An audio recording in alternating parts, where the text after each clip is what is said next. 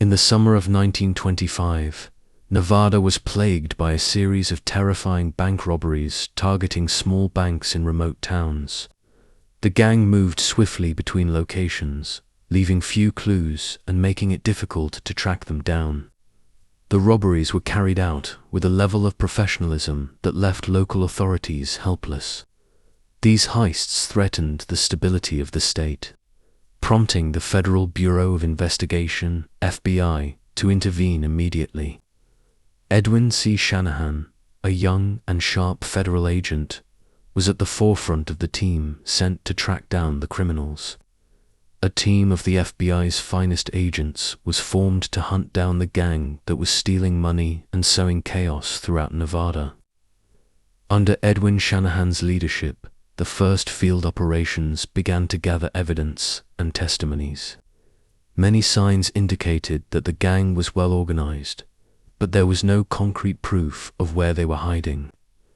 With each new robbery, the fear grew that the gang might be more dangerous than the FBI had initially anticipated. By late September 1925, the investigation team began gathering information that pointed to the gang's identity. Through interviews and testimonies, it was determined that the gang was composed of professional criminals, led by a man named Douglas, a reckless and quick decision-maker. The masterminds behind the robberies were staying in a small hotel in the town of Durkin, which became the FBI's main focus. As they neared uncovering their hiding place, the tension among the team members grew. In early October 1925, Agent Edwin C. Shanahan was officially sent into the field to lead the investigation after it was decided that he would take charge of the operations. Shanahan had earned a reputation for his high analytical skills and bravery in handling dangerous situations. Despite the obvious risks, the chances of success were increasing. However, he was unaware that a dark fate awaited him in the final moments of the operation. Eyes were watching from afar, and the stakes were higher than ever. On the morning of October 9th, Edwin and his team pinpointed the gang's location in a remote mountainous area. The chase was grueling, with narrow and complex paths, as the gang knew the geography of the region well. But fortunately, this time the gang failed to cover their tracks completely, leaving behind a few traces of their damaged vehicles. Edwin felt optimistic, but with every step, he was calculating the surprises that could lie ahead in the deep woods. By October 10th, Edwin began collecting evidence from places that had been robbed. He spoke to local witnesses who had seen the previous heists and started following new leads that pointed to the gang's movements in Durkin. Yet, up until that moment, they had no conclusive proof of where they were hiding. As they grew closer to unraveling the mystery, the gang was trying to escape their grasp. On October 10th, the FBI identified the gang's location within a small hotel in Durkin. The operation was nearing its end, and Edwin and his team started formulating a careful plan to raid the hotel early the next morning. The movement within the hotel seemed suspicious as the gang was preparing to flee before the feds could surround them. Suspicion and anticipation filled the air, and there was no room for error in this pivotal moment. At dawn on October 11th, everything was set for the raid. Orders were given to assault the hotel where the gang was hiding. Edwin and his comrades knew that great risks were involved, but they were determined to bring the case to an end, no matter the cost.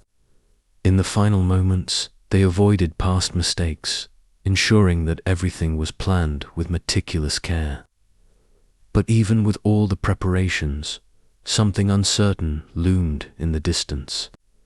As agents stormed the hotel, a violent confrontation ensued. One of the gang members was seriously injured in the exchange of gunfire, but the remaining group held their ground. The operation hung in the balance, yet Edwin and his team managed to gain temporary control of the situation. But the attack was not as expected.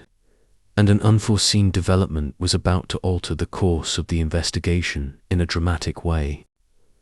During the clash in the Durkin hotel, Edwin approached one of the rooms where he believed the main suspects were holed up.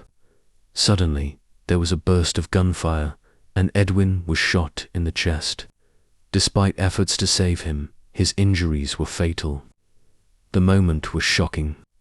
Agent Edwin C. Shanahan, the man who was close to ending the gang's reign of terror, fell to the ground amid the bloodshed. That moment marked the beginning of a new chapter in federal history.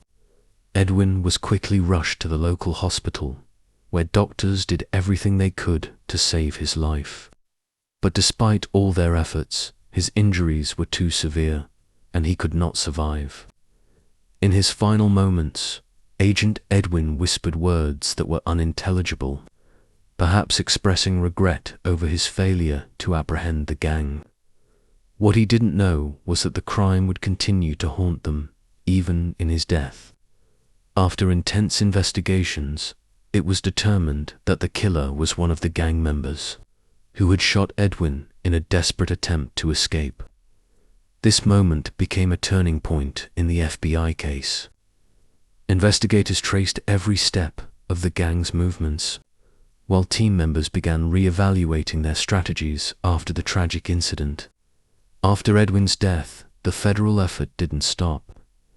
The remaining members of the gang were captured in the following days, and the gang leader Douglas was apprehended in a surprise assault by the FBI team. But the bigger question remained: how had the gang managed to infiltrate so quickly? Did they have inside help from the police? The death of Edwin C. Shanahan had a profound effect on the FBI. The incident reinforced training and preparation for field agents, with each agent now bearing a greater sense of responsibility. But the event also highlighted the challenges that federal agents would face when confronting well-trained gangs. Edwin C. Shanahan became a symbol of courage and sacrifice in the history of the FBI. He was honored with a memorial inside the bureau, and his image and voice became part of federal history. Each time this case was discussed, his name was spoken with the highest respect, remaining an inspiration for future generations. Source of the true story: the case of the death of Edwin C. Shanahan, the first FBI agent to be killed in the line of duty, occurred in Nevada on October 11, 1925. The case was closed in 1926, after most of the gang members were arrested.